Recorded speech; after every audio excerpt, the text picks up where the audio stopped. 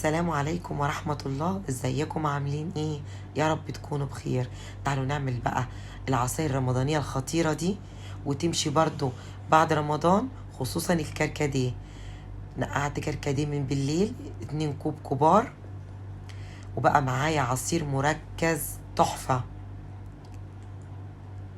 دلوقتي هنزل بقى بالسكر ومعلقتين كبار مية ورد، وادوب السكر كويس جدا،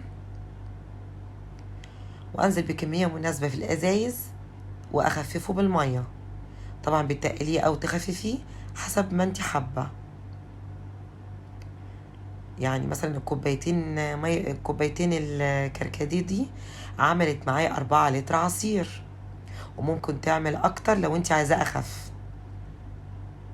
دلوقتي انا قعدت لفه قمر الدين من بالليل برضو.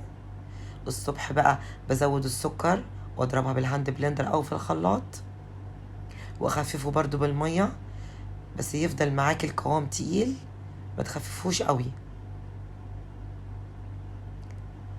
ضربته كويس جدا لغايه ما القوام اتظبط معايا، وتقدميه ساقع بالهنا والشفا. تحضري كاسات بقى التلج، وتنزلي بقى بالعصير العسل ده.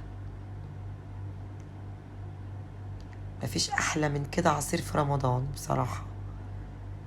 والكركديه يعني احنا ملناش غنى عنه في رمضان وبعد رمضان.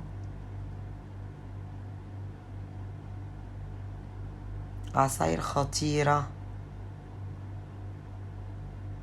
بالهنا والشفا.